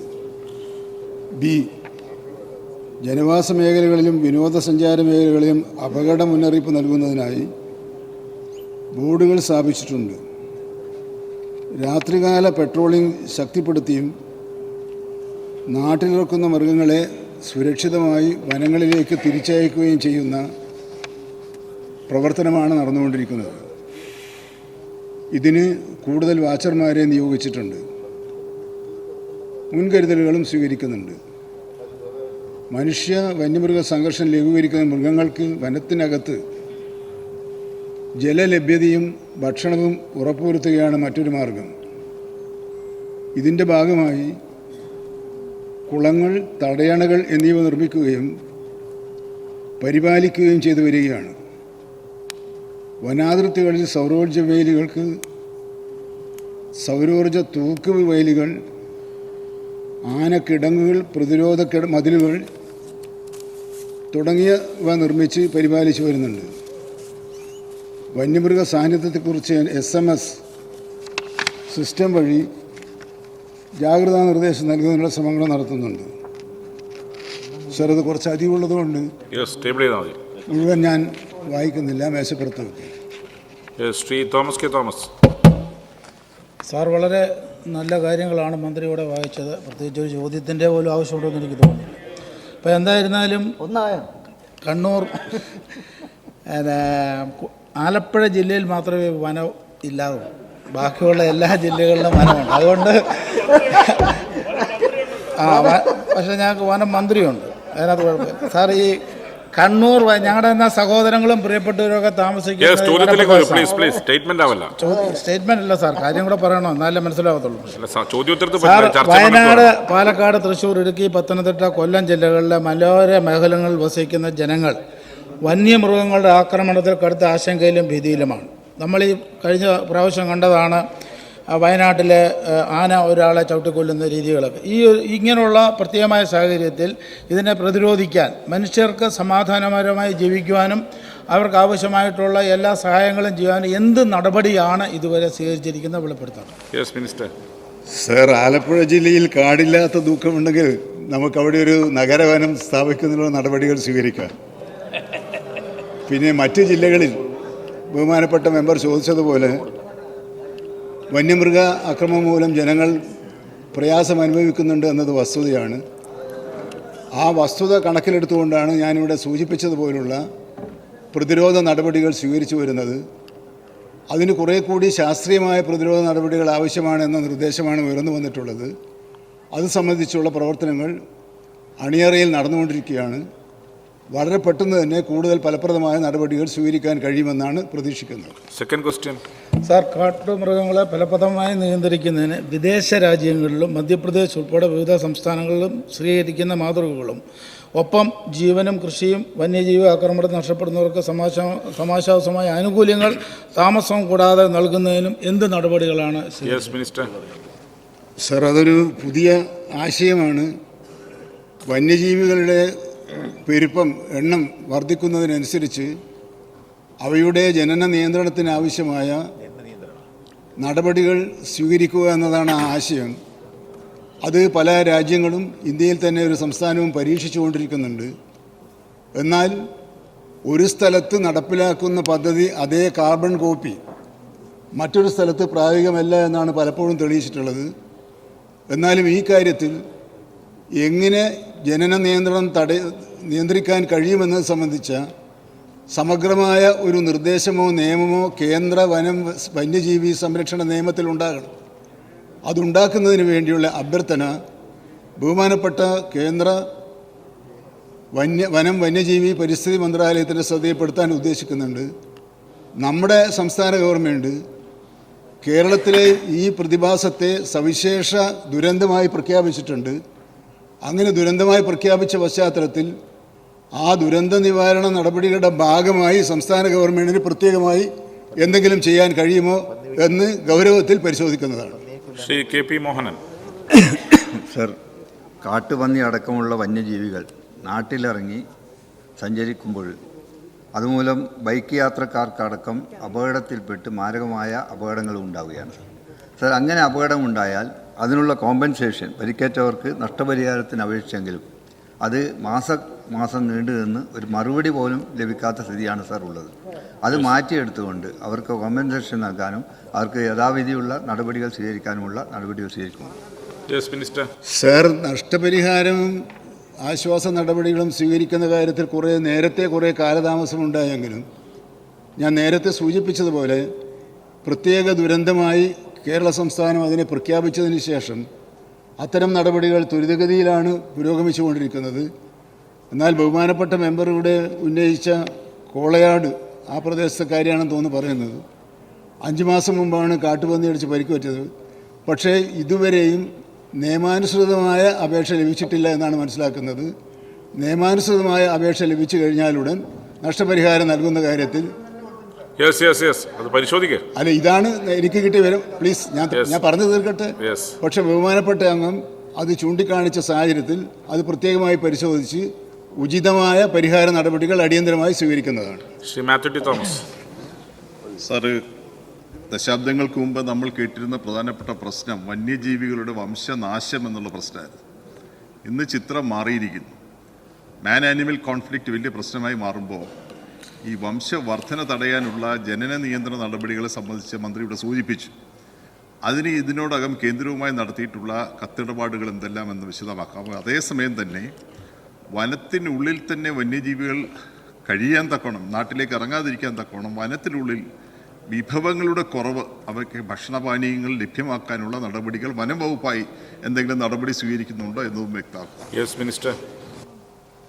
സർ, വംശവർധന തടയുന്നതിനാവശ്യമായ നിയമങ്ങൾ ഉൾപ്പെടെ നമ്മുടെ 72-ലെ വന്യജീവി സംരക്ഷണ നിയമത്തിൽ കാലോചിതമായ മാറ്റങ്ങൾ വരുത്തണമെന്നാവശ്യപ്പെട്ടുകൊണ്ട് ഒന്നിലേറെ തവണ കേന്ദ്ര പരിസ്ഥിതി മന്ത്രാലയത്തിൻ്റെ മന്ത്രിയെ കാണുകയും ഏറ്റവും ഒടുവിൽ ബഹുമാനപ്പെട്ട റവന്യൂ മന്ത്രി ഉൾപ്പെടെ ഞങ്ങൾ ചെന്ന് കേരളത്തിൻ്റെ സവിശേഷ പ്രശ്നങ്ങൾ അദ്ദേഹത്തിൻ്റെ ശ്രദ്ധയിൽപ്പെടുത്തെങ്കിലും നിയമത്തിൽ മാറ്റം വരുത്തുന്നതിനെക്കുറിച്ച് ഈ ഘട്ടത്തിൽ ആലോചിക്കാൻ സാധ്യമല്ല എന്ന നിരാശാജനകമായ മറുപടിയാണ് അവിടെ നിന്നുണ്ടായത്. അതാണ് അങ്ങയുടെ ചോദ്യത്തിൻ്റെ ഒരു ഭാഗം. എന്നാലും ഈ ശ്രമം തുടരുക തന്നെ വേണം. അതുകൊണ്ടാണ് ഞാനിവിടെ നേരത്തെ ചോദ്യകർത്താവ് ഉന്നയിച്ചപ്പോൾ സവിശേഷതയുള്ള ദുരന്തമായി കേരള സംസ്ഥാനം വന്യജീവി അക്രമത്തെ പ്രഖ്യാപിച്ച സാഹചര്യത്തിൽ ആ നിയമത്തിൻ്റെ പരിധിയിൽ നിന്നുകൊണ്ട് കേരളത്തിന് പ്രത്യേകമായി എന്തെങ്കിലും ചെയ്യാൻ കഴിയുമോ എന്ന് നോക്കാം എന്ന് ഞാൻ ഇവിടെ സഭയെ അറിയിച്ചത്. ആ ശ്രമം തുടരുക തന്നെ ചെയ്യും. ശ്രീ കോവൂർ കുഞ്ഞുമോൻ. സർ ഇടുക്കി വയനാട് ജില്ലകളിൽ ആനയുടെയും പുലിയുടെയും ശല്യമാണ് കൂടുതലെങ്കിൽ കൊല്ലം പത്തനംതിട്ട ജില്ലകളിൽ കാട്ടുപന്നികളുടെ ശല്യമാണ് സാർ ഏറ്റവും കൂടുതൽ. സാർ കൊട്ടാരക്കര, ആയൂർ, കുന്നത്തൂർ, അടൂർ, പന്തളം എന്നിവിടങ്ങളിൽ കൂട്ടത്തോടെ കാട്ടുപന്നികൾ വരുവാണ്. സാർ എൻ്റെ മണ്ഡലത്തിൽ 2 ആഴ്ചകൾക്ക് മുമ്പ് 8 പേരെ കാട്ടുപന്നി ഇടിച്ച് ആശുപത്രിയിലാക്കി. സാർ ഇത്തരം നടപടികൾ വർദ്ധിച്ചു വരികയാണ് കാട്ടുപന്നികളുടെ. അത് തടയുന്നതിന് ആവശ്യമായ നടപടി സ്വീകരിക്കുമോ? മിനിസ്റ്റർ. സർ, കാട്ടുപന്നിയായാലും പോത്തായാലും കരടിയായാലും പുലിയായാലും ആനയായാലും ഇതാണല്ലോ പ്രശ്നം. ഇത് തടയുന്നതിനുള്ള നടപടികളാണ്. ആ നടപടികളുടെ ഭാഗമായി ഉയർന്നു വന്ന ഒരു നിർദ്ദേശമാണ് വംശവർദ്ധനവ് തടയാനുള്ള നടപടികൾ സ്വീകരിക്കാമോ എന്നത്. ആ നടപടികൾ സ്വീകരിക്കാം.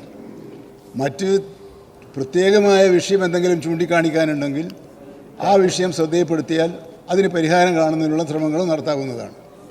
ബഹുമാനപ്പെട്ട പ്രതിപക്ഷ നേതാവ്. സർ, ഈ ഹ്യൂമൻ ആനിമൽ കോൺഫ്ലിക്റ്റ് ഇന്ന് ലോകത്തെ പല ഭാഗങ്ങളിലും വലിയ ഗുരുതരമായ പ്രശ്നങ്ങളുണ്ടാക്കുകയാണ്. നമ്മുടെ കേരളത്തിലാണെങ്കിൽ 30 ലക്ഷത്തോളം ആളുകൾ വനാതിർത്തികളിൽ ഭീതിയോടെ കഴിയുകയാണ്. കൃഷിനാശം കൊണ്ടാണ് ഉപജീവന മാർഗം നഷ്ടപ്പെട്ട് കുഞ്ഞുങ്ങൾക്ക് സ്കൂളിൽ പോകാൻ പറ്റാതെ, ആശുപത്രിയിൽ പോകാൻ പറ്റാതെ, പുല്ല് വെട്ടാൻ പോകാൻ പറ്റാതെ വലിയ പ്രതിസന്ധിയിലാണ് നിൽക്കുന്നത്. സാർ, ഈ വിഷയം ഓരോന്നുണ്ടാകുമ്പോൾ നമ്മൾ കൂടുവെച്ച് കടുവയെ പിടിക്കുന്നു എന്നല്ലാതെ മറ്റു പല സംസ്ഥാനങ്ങളും ചെയ്യുന്നത് പോലെ പുതിയ ശാസ്ത്രീയമായ മാർഗങ്ങൾ നമ്മൾ അവലംബിക്കുന്നില്ല. ഇപ്പോൾ കർണാടക, തമിഴ്നാട് തുടങ്ങിയ സംസ്ഥാനങ്ങൾ ഒരുപാട് മെഷേഴ്സ്, പുതിയ സയൻറ്റിഫിക് ആയിട്ടുള്ള മെഷേഴ്സ് ലോകത്തിൻ്റെ വിവിധ ഭാഗങ്ങളിൽ ഈ വന്യജീവികൾ മനുഷ്യൻ ജീവിക്കുന്ന ആവാസ വ്യവസ്ഥയിലേക്ക് വരാതിരിക്കാൻ വേണ്ടിയിട്ടുള്ള ഒരുപാട് സംവിധാനങ്ങൾ ചെയ്യുന്നുണ്ട്. ഇപ്പോൾ വയനാട്ടിൽ 5 കടുവ ഇറങ്ങിയെന്നാണ് പറയുന്നത്. ബത്തേരിയിൽ വയനാട്ടിലെ കാടിനാകെ 370-380 സ്ക്വയർ കിലോമീറ്റർ വീതിയുള്ളൂ. ഒരു കടുവയ്ക്ക് മാത്രം 20 സ്ക്വയർ കിലോമീറ്ററാണ് ഹാബിറ്റാറ്റ് ടൈഗർ കൺസർവേഷൻ അതോറിറ്റി പറയുന്നത്. സാർ, അവിടെ 162 കടുവകൾക്ക് കൂടി 372 സ്ക്വയർ കിലോമീറ്റർ മാത്രമേ ഉള്ളൂ. അപ്പോൾ വരുന്ന ചെറുപ്പക്കാരായിട്ടുള്ള കടുവകൾ പ്രായമായ കടുവകളെ അവിടെ നിന്ന് ആട്ടി ഓടിക്കും. അവർക്ക് ഭക്ഷണം ഇര തേടാൻ പറ്റാതെ വരുമ്പോൾ, ഇര തേടാൻ ഇല്ല, നമ്മുടെ ഒരു 95 വയസ്സുള്ള പ്രായമാണ്, 17 വയസ്സെന്ന് പറയുന്നത് കടുവയ്ക്ക്. അവർ കുറ്റിയിൽ കെട്ടിയിരിക്കുന്ന മൃഗങ്ങളെ അടിച്ചു തിന്നും, അല്ലെങ്കിൽ മനുഷ്യരെ ആക്രമിക്കും. സാർ, ഇതിൻ്റെ യഥാർത്ഥ വസ്തുതകളും യാഥാർത്ഥ്യങ്ങളും മനസ്സിലാക്കി ലോകത്തിൻ്റെ വിവിധ ഭാഗങ്ങളിൽ, ഇന്ത്യയിലെ വിവിധ സംസ്ഥാനങ്ങളിൽ എടുത്തിരിക്കുന്ന പുതിയ ശാസ്ത്രീയമായ മാർഗങ്ങൾ ഇത് പരിഹരിക്കാൻ വേണ്ടി എടുക്കാൻ സർക്കാർ തയ്യാറാവുമോ? മിനിസ്റ്റർ. സർ, ബഹുമാനപ്പെട്ട പ്രതിപക്ഷ നേതാവ് ഇപ്പോൾ കേരളം നേരിടുന്ന ഒരു പ്രധാനപ്പെട്ട പ്രശ്നം, പൊതുവെയുള്ള പ്രശ്നമാണ് സഭയുടെ ശ്രദ്ധയിൽ കൊണ്ടുവന്നത്. സർ, തമിഴ്നാട്, കർണാടകം തുടങ്ങിയ സംസ്ഥാനങ്ങൾ സ്വീകരിച്ചു വരുന്ന നടപടികൾ സംബന്ധിച്ച് ഈ 3 സംസ്ഥാനങ്ങളുടെയും സംയുക്ത ആലോചനാ യോഗം ഒന്ന് നടന്നു കഴിഞ്ഞു. ഈ മാസം ഒടുവിൽ വീണ്ടും അത് സംബന്ധിച്ച തുടർ ചർച്ചകൾ നടത്താൻ തീരുമാനിച്ചിട്ടുണ്ട്. തീർച്ചയായും ആധുനിക കാലഘട്ടത്തിന് അനുയോജ്യമായ ശാസ്ത്രീയ മാർഗങ്ങൾ ഉപയോഗിച്ച് മാത്രമേ ഇത്തരം പ്രതിഭാസങ്ങളെ തടയാനും മറ്റും സാധിക്കുകയുള്ളൂ എന്ന കാര്യത്തിൽ സംശയമൊന്നുമില്ല. പക്ഷേ ഇപ്പോഴത്തെ വെച്ച് ഞാൻ വളരെ ആത്മവിശ്വാസത്തോടു കൂടി പറയുന്നു, വനം വകുപ്പ് കൂടുതൽ ജാഗ്രതയോടെയുള്ള പ്രവർത്തനങ്ങൾ ആരംഭിച്ചു കഴിഞ്ഞിട്ടുണ്ട്. സംഭവം നടക്കുന്ന സ്ഥലത്തൊക്കെ ഉദ്യോഗസ്ഥന്മാരുടെ അഭാവം ഇപ്പോൾ ഇല്ല. എന്തെങ്കിലും സ്ഥലത്തുണ്ടെങ്കിൽ അവരെ പേരിൽ നടപടിയെടുക്കുന്നുണ്ട്. കാര്യക്ഷമത വർദ്ധിപ്പിച്ച് നിലവിലുള്ള സംവിധാനത്തെ ഫലപ്രദമായി ഉപയോഗപ്പെടുത്തുകയും, എന്നാൽ ബഹുമാനപ്പെട്ട പ്രതിപക്ഷ നേതാവ് പറഞ്ഞതുപോലെ പുതിയ ശാസ്ത്രീയ മാർഗങ്ങൾ അവലംബിച്ചുകൊണ്ട് ഈ പ്രശ്നത്തിന് ശാശ്വതമായ പരിഹാരം കാണാൻ ശ്രമിക്കുകയും ചെയ്യേണ്ടതുണ്ട്. ആ വഴിക്ക് ഗവൺമെൻറ് കൂടുതൽ ശ്രദ്ധയോടുകൂടി പ്രവർത്തിക്കുന്നതാണ്. Shri T P Ramakrishnan.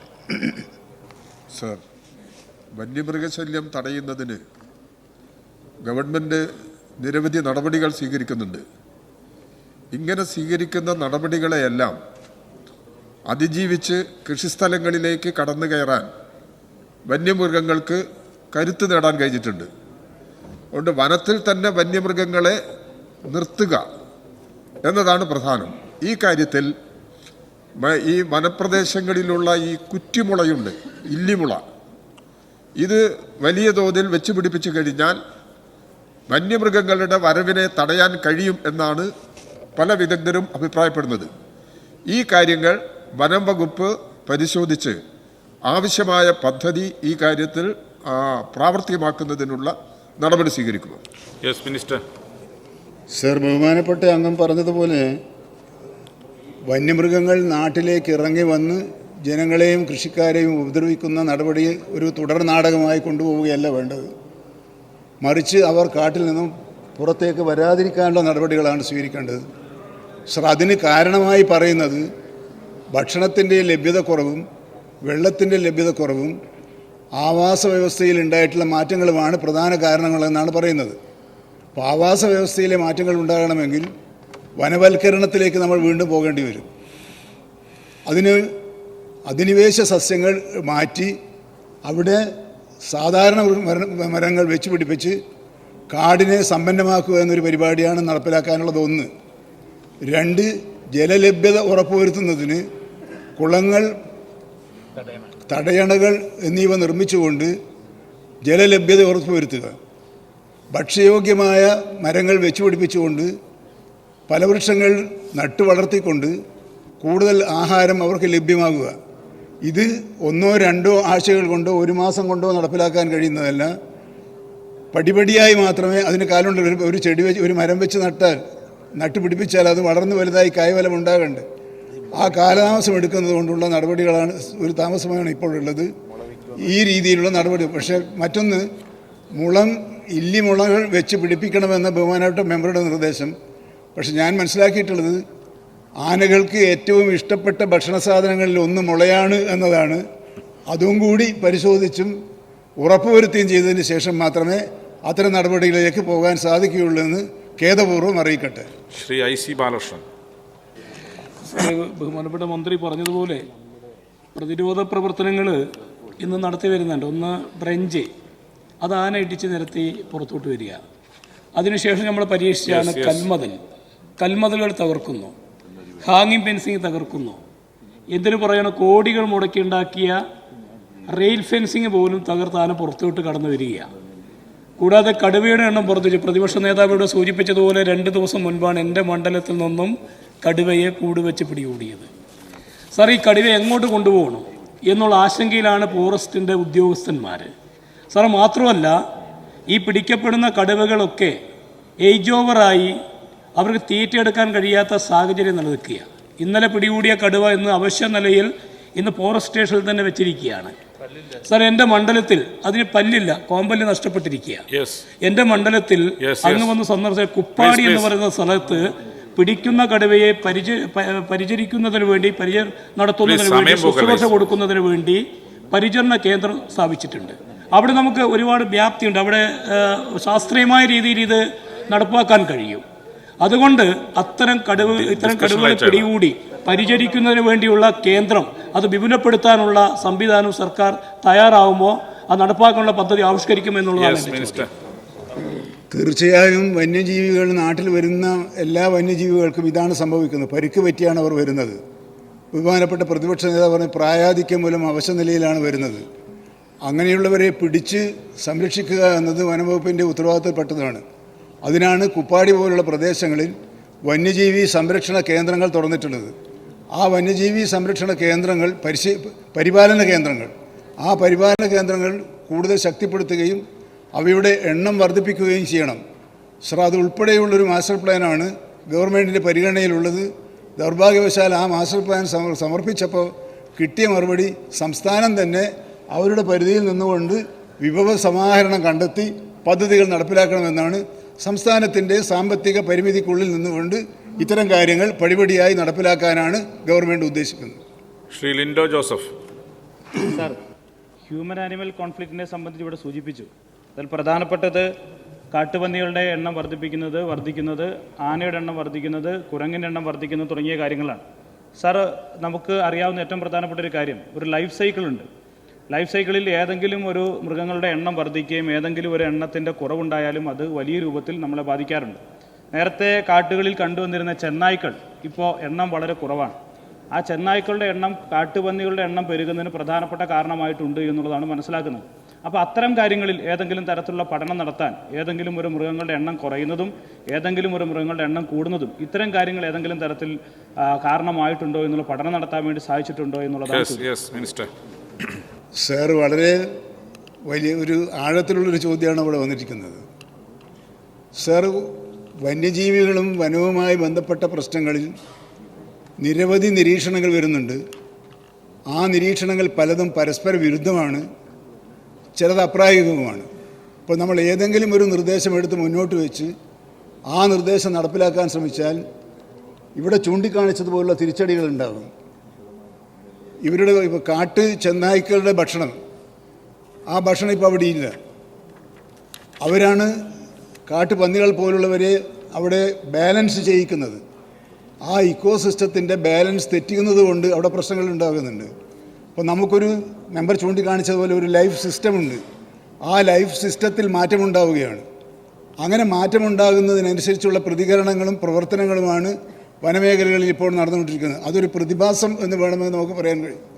എന്നാലും നമുക്കത് നോക്കി കയ്യും കെട്ടി നിൽക്കാൻ സാധ്യമല്ല. നിലവിലുള്ള ഭൗതിക സാഹചര്യങ്ങൾ വെച്ച് എങ്ങനെ കർഷക സമൂഹത്തിന്, നാട്ടുകാർക്ക് ആശ്വാസവും സഹായവും നൽകാൻ കഴിയും എന്ന നിലയിലുള്ള ചിന്ത വരുമ്പോൾ താൽക്കാലിക പരിപാടികൾക്കാണ് മുൻഗണന നൽകുന്നത്. ശ്രീ ടി സിദ്ദിഖ്. സർ, വയനാട് വന്യജീവി സങ്കേതത്തിൽ സർ 150ഓളം വരുന്ന വയലുകളുണ്ട് സർ. അത് ഈ കാടിൻ്റെ എക്കോസിസ്റ്റത്തിൽ ഏറ്റവും പ്രധാനമാണ്. അത് വെള്ളം സ്വാംശീകരിക്കാനും അതുപോലെ പുല്ല് അതിന് വിശ്രമിക്കാനുള്ള പ്രധാനപ്പെട്ട ഇടങ്ങൾ അതിന് പ്രധാനപ്പെട്ട ഭാഗമാണ് സർ. കഴിഞ്ഞ 10 കൊല്ലത്തിനിടയിൽ ഇതിൽ 18 വയലുകൾ മാത്രമാണ് ക്രമീകരിച്ചിട്ടുള്ളത്. അത് മുഴുവൻ കളകേറി അവയ്ക്ക് വന്യജീവികൾക്ക് ഒരു രീതിയിലുള്ള ഉപകാരവും പെടാതെ മുന്നോട്ട് പോവുകയാണ് സർ. സർ, അത് ഒരു പ്രധാനപ്പെട്ടതായിരിക്കുന്ന പ്രശ്നം അതിൻ്റെ കൂടെ തന്നെ ചേർത്ത് പറയേണ്ടത് സർ, മരണമടഞ്ഞാൽ 10 ലക്ഷം രൂപയാണ് ഇപ്പോൾ കൊടുക്കുന്നത്. കേന്ദ്ര സർക്കാർ 10 ലക്ഷം രൂപ അനൗൺസ് ചെയ്തിട്ടുണ്ട്. അത് കേന്ദ്ര സർക്കാരിൻ്റെ പ്രഖ്യാപനം. സംസ്ഥാന സർക്കാരിൻ്റെ 10 ലക്ഷമുണ്ട്. ഇപ്പോൾ ആകെ നൽകുന്നത് സംസ്ഥാന സർക്കാരിൻ്റെ ഹെഡ് ഓഫ് അക്കൗണ്ടിൽ നിന്നുള്ള 10 ലക്ഷം മാത്രമാണ്. കേന്ദ്ര ഗവൺമെൻറ്റുമായി ബന്ധപ്പെട്ട സമയത്ത് അവർ പറഞ്ഞത് ഞങ്ങൾ ആ വിഹിതം മുഴുവൻ സംസ്ഥാന സർക്കാരിന് കൊടുക്കുന്നുണ്ട് എന്നുള്ളതാണ്. അത് നൽകുന്നില്ല എന്നുള്ളത് മാത്രമല്ല അത് മരണമടഞ്ഞവരുടെ കുടുംബത്തോടുള്ള ഏറ്റവും വലിയ അനീതിയാണ്.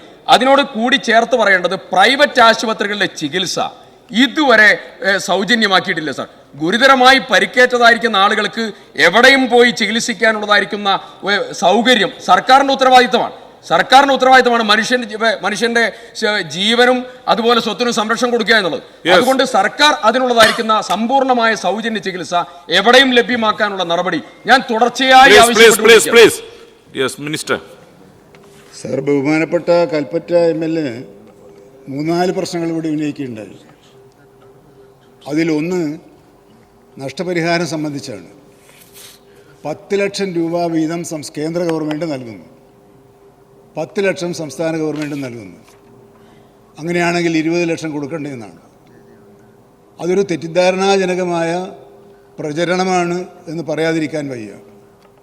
കേന്ദ്ര ഗവൺമെൻറ് വിവിധ പ്രോജക്റ്റുകൾക്ക് പണം നൽകുകയാണ്. ഉദാഹരണത്തിന് വയനാട് പ്രോജക്റ്റ്. ആ പ്രോജക്റ്റിലെ 8, 9, 10 കണ്ടൻറ്റുകളിൽ ഒന്ന് മാത്രമാണ് നഷ്ടപരിഹാരം. അപ്പോൾ ആ ടൈഗർ പ്രോജക്റ്റ് നടപ്പിലാക്കാൻ 2 കോടി രൂപയാണ് തരുന്നതെങ്കിൽ ആ 2 കോടി രൂപയിലെ വിവിധ കണ്ടൻറ്റുകളിൽ ഒന്നാണ് കേന്ദ്രവിഹിതം. അത് ഇക്കഴിഞ്ഞ ഓരോ വർഷവും നമുക്ക് ലഭിച്ചിട്ടുള്ളത് 1.71 കോടി രൂപ മാത്രമാണ്. കേരള സർക്കാർ ഇതിനകം 28 കോടിയോളം രൂപയുടെ നഷ്ടപരിഹാരമാണ് പ്രത്യേക അനുവാദം ധനവകുപ്പ് മന്ത്രിയിൽ നിന്ന് കിട്ടിയതിൻ്റെയും ബഹുമാനപ്പെട്ട മുഖ്യമന്ത്രിയുടെ നിർദ്ദേശമനുസരിച്ച് നമ്മൾ നടത്തിക്കൊണ്ടിരിക്കുന്നത്. കേന്ദ്ര സഹായം ഉണ്ടോ എന്ന് ചോദിച്ചാൽ ഉണ്ട്. പക്ഷേ ഇതാണ് ആ പ്രോജക്റ്റിൽപ്പെട്ട ആ പ്രവർത്തനവുമായി ബന്ധപ്പെട്ട നഷ്ടപരിഹാരമാണത്. അത് തീർത്തും അപര്യാപ്തമാണ്. 10 ലക്ഷവും 10 ലക്ഷവും അങ്ങനെ 20 ലക്ഷം കിട്ടുന്നില്ല. അവിടെ തന്നെ എന്താണ് 60-40 ആ തരുന്ന സാമ്പത്തിക സഹായം പോലും 60-40 എന്ന് മനസ്സിലാക്കണം. അങ്ങനെ വരുമ്പോൾ ഒരു വർഷം നമുക്ക് കിട്ടുക ഒരു പ്രോജക്റ്റിൽ 37-36 ലക്ഷം രൂപയാണ്. ആ രൂപ കൊണ്ട് ഇത് കൊടുക്കാൻ കഴിയില്ല. അതിന് കേന്ദ്രത്തിൻ്റെ ഒരു ഉരുണ്ടുകളിയാണ് എന്ന് ഈ സഭയിൽ പറയുന്നത് ശരിയാണോ എന്ന് എനിക്കറിയില്ല. പക്ഷേ കഴിഞ്ഞ തെരഞ്ഞെടുപ്പ് കാലത്ത് കേന്ദ്ര ഭരണകൂടത്തിൻ്റെ വക്താക്കൾ ആ രൂപത്തിൽ അതിശക്തമായ പ്രചരണം നടത്തിയിട്ടുണ്ട്. ആ വസ്തുതയെക്കുറിച്ച് അതിൽ അടങ്ങിയ വസ്തുതകളെക്കുറിച്ച് നമുക്ക് കൂടുതൽ ചർച്ചയാവാം എന്നാണ് എനിക്ക് പറയാനുള്ളത്. ചോദ്യം നമ്പർ 213 ശ്രീ കെ ബാബു തൃപ്പൂണിത്തറ, ബഹുമാനപ്പെട്ട മത്സ്യബന്ധനം സാംസ്കാരിക വിഭജനകാര്യ വകുപ്പ് മന്ത്രി. സാർ, സ്വീകരിച്ചിട്ടുണ്ട്. നൂതന സാങ്കേതിക വിദ്യ ഉപയോഗപ്പെടുത്തി മത്സ്യബന്ധനം ലാഭകരമാക്കാനും സുഗമമാക്കാനും ഫിഷറീസ് വകുപ്പ് സ്വീകരിച്ച നടപടികൾ ചൂടെ ചേർക്കുന്നു. സാർ ഒത്തിരിയുണ്ട്. ടേബിൾ ചെയ്താൽ മതി. ശ്രീ കെ ബാബു തൃപ്പൂണിത്തറ.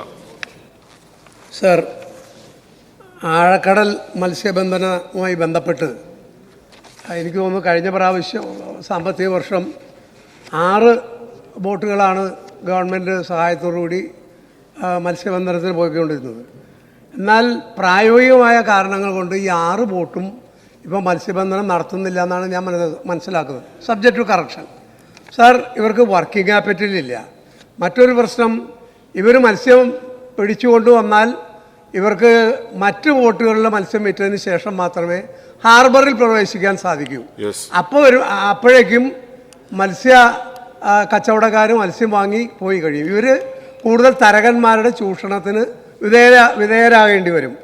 അതുപോലെ തന്നെ സാർ, ഈ ബോട്ടുകളിൽ റെഫ്രിജറേഷൻ സൗകര്യമില്ല.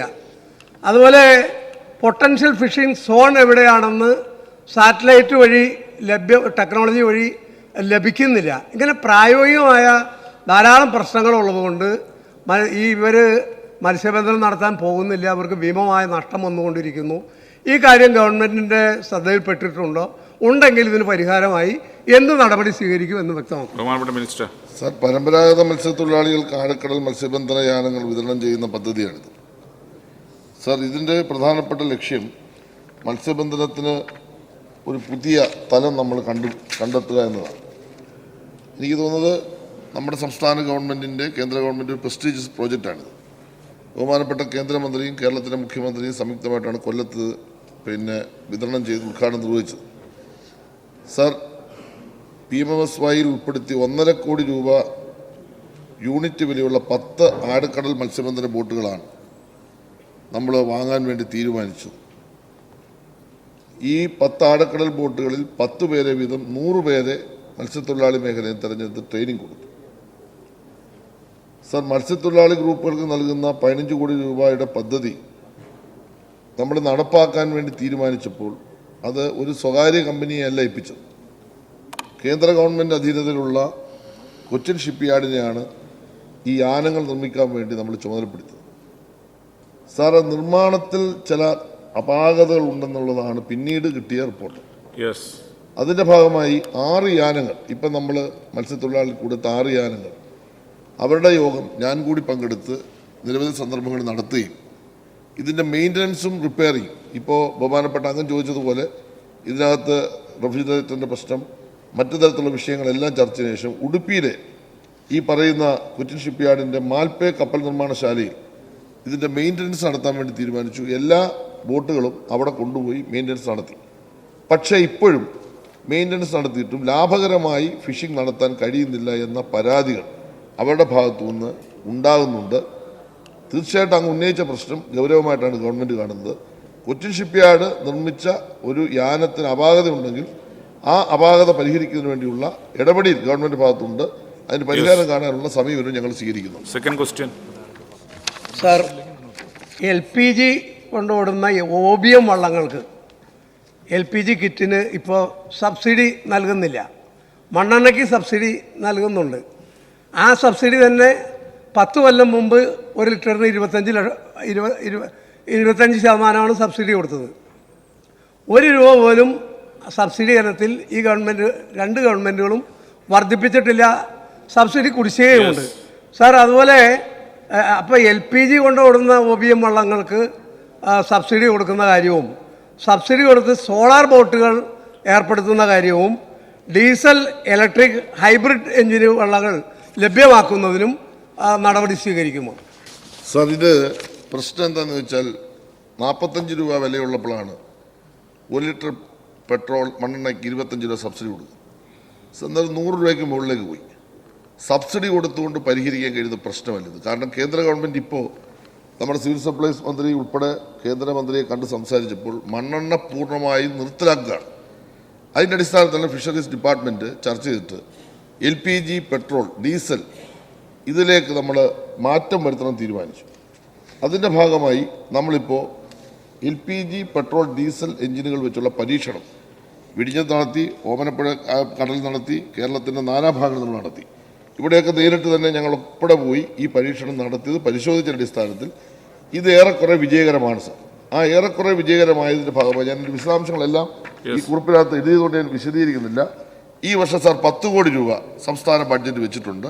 കഴിഞ്ഞ വർഷം മുതൽ ഇത് മാറ്റം വരുത്താനുള്ള നടപടികൾ തുടങ്ങി. കഴിഞ്ഞ വർഷം പണം വെച്ചു, ഈ വർഷം 10 കോടി വീണ്ടും വെച്ചിട്ടുണ്ട്. നമുക്ക് ഘട്ടം ഘട്ടമായി എല്ലാ പെട്രോൾ എഞ്ചിനുകളും മാറ്റി LPG ഡീസൽ പിന്നെ മണ്ണെണ്ണ എഞ്ചിൻ മാറ്റി LPG പെട്രോൾ ഡീസൽ എഞ്ചിനിലേക്ക് മാറ്റാനുള്ള ഒരു വലിയ പരിശ്രമം സംസ്ഥാന ഗവൺമെൻറ് നടപ്പാക്കിക്കൊണ്ടിരിക്കുകയാണ്. അത് വിജയിക്കുക തന്നെ ചെയ്യുമെന്ന കാര്യമാണ് ഒന്നാമത്. 2 സാർ, സബ്സിഡി കൊണ്ട് പരിഹരിക്കാൻ കഴിയുന്ന പ്രശ്നമല്ലിത്.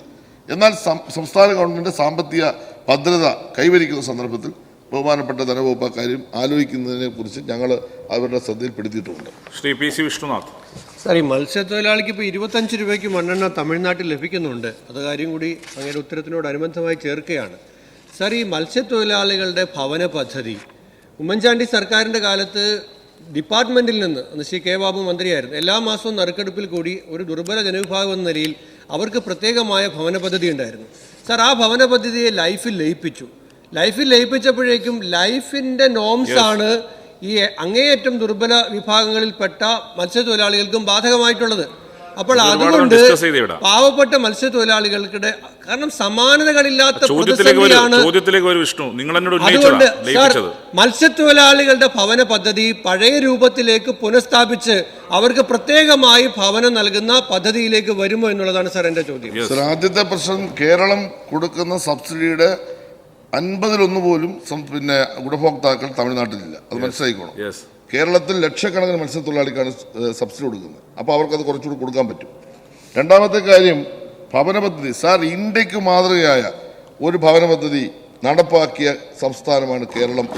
പദ്ധതി സാർ, അതിൻ്റെ ഭാഗമായി വേലിയേറ്റ രേഖയിൽ നിന്ന് 50 മീറ്ററിനുള്ളിൽ അധിവസിക്കുന്നവരെ പുനരധിവസിപ്പിക്കാൻ സാർ 2450 കോടി രൂപയുടെ പദ്ധതിയാണ് നമ്മൾ ആവിഷ്കരിച്ചത്.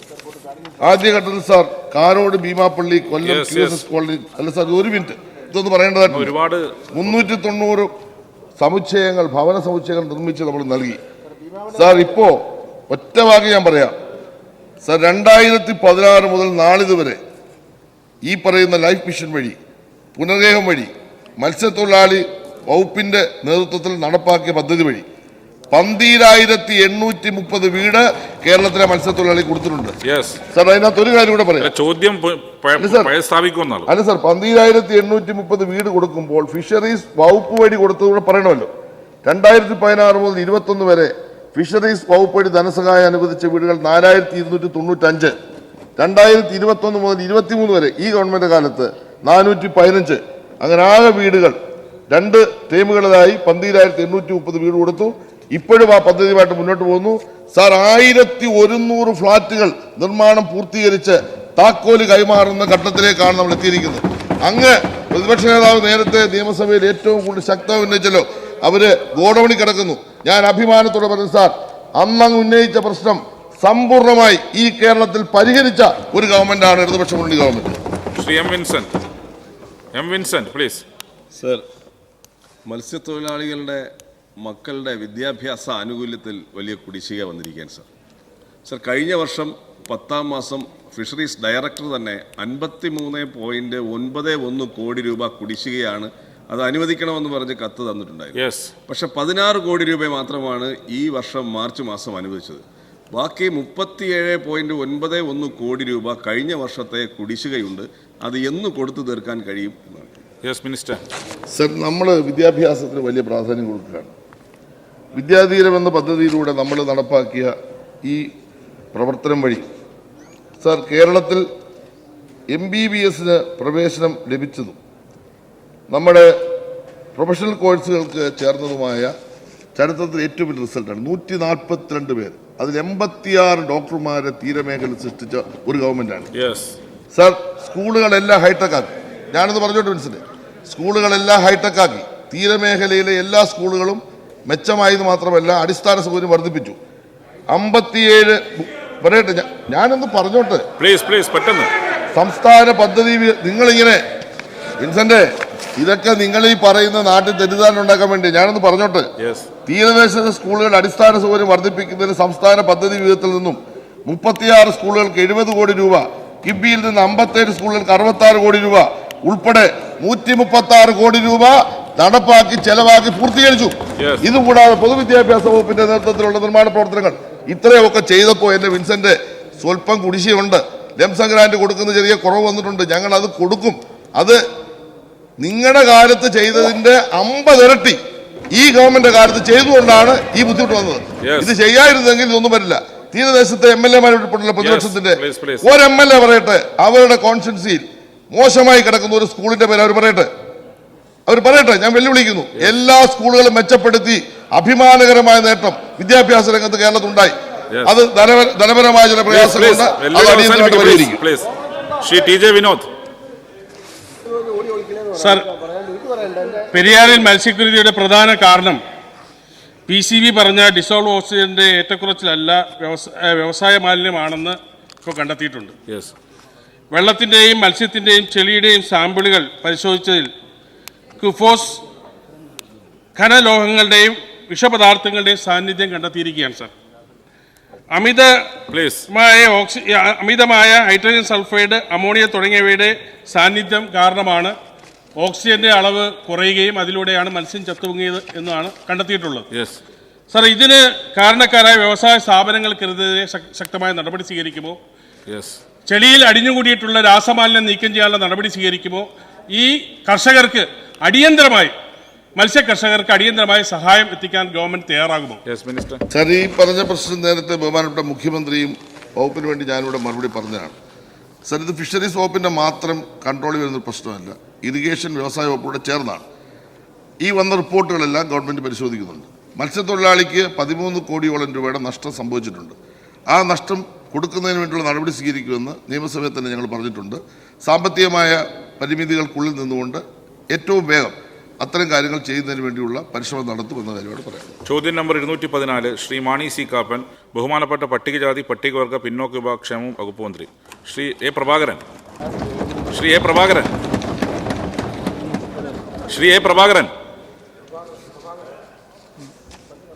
Yes minister.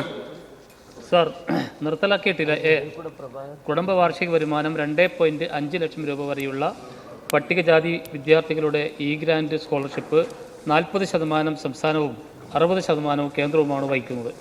കുടുംബ വാർഷിക വരുമാനം 2.5 ലക്ഷം രൂപയ്ക്ക് മുകളിലുള്ള വിദ്യാർത്ഥികളുടെ സ്കോളർഷിപ്പ് തുക പൂർണ്ണമായും സംസ്ഥാന ഗവൺമെൻറ്റാണ് സർ വഹിച്ചു വരുന്നത്. 21-22 അധ്യയന വർഷം മുതൽ വിദ്യാർത്ഥികളുടെ വിദ്യാഭ്യാസ ആനുകൂല്യങ്ങൾ ഡയറക്റ്റ് ബെനിഫിറ്റ് ട്രാൻസ്ഫർ സ്കീം മുഖേനയാണ് അനുവദിച്ചു വരുന്നത്. കേന്ദ്ര സർക്കാർ ഈ നിബന്ധന ഏർപ്പെടുത്തിയിട്ടുണ്ട്. എന്നാൽ ഇത് സംബന്ധിച്ച് സാങ്കേതിക സഹായം നൽകുവാൻ കേന്ദ്ര സർക്കാർ കാലതാമസം വരുത്തിയത് കാരണം സ്കോളർഷിപ്പ് കുടിശ്ശികയാവുന്ന സാഹചര്യമുണ്ടായി. സാങ്കേതിക സഹായം ലഭ്യമായ ഉടൻ തന്നെ കുടിശ്ശിക അടക്കമുള്ള മുഴുവൻ തുകയും വിതരണം ചെയ്യുവാൻ നടപടി സ്വീകരിച്ചു വരുന്നുണ്ട്. വിദ്യാർത്ഥികൾ അപേക്ഷ സമർപ്പിക്കുന്നതിലും സ്ഥാപനങ്ങൾ ഈ അപേക്ഷകൾ പരിശോധിച്ച് ഫോർവേഡ് ചെയ്യുന്നതിലും വന്ന കാലതാമസവും കുടിശ്ശിക വരുവാൻ ഇടയായി. വിവിധ സർവകലാശാലകളുടെയും പ്രധാന വിദ്യാഭ്യാസ സ്ഥാപനങ്ങളുടെയും ഓൺലൈൻ പ്ലാറ്റ്ഫോമുകൾ ഏകീകരിച്ചുകൊണ്ട് താമസം വിന ആനുകൂല്യങ്ങൾ വിതരണം ചെയ്യുന്നതിന് നടപടി സ്വീകരിച്ചു വരുന്നു.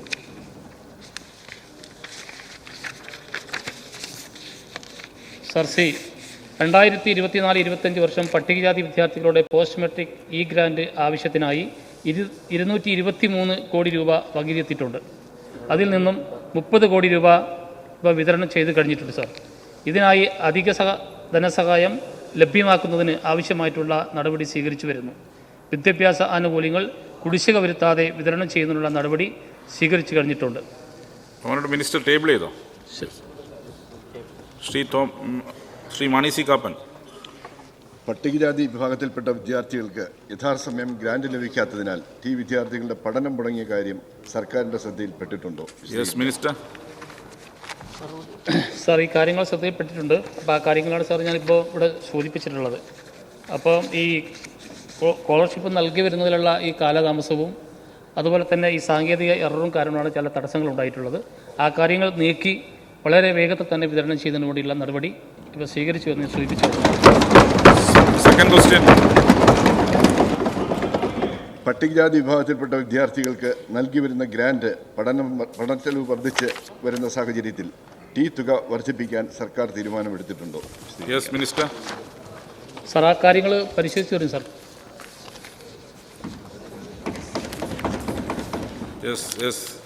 ചോദ്യോത്തരവേള അവസാനിച്ചിരിക്കുന്നു.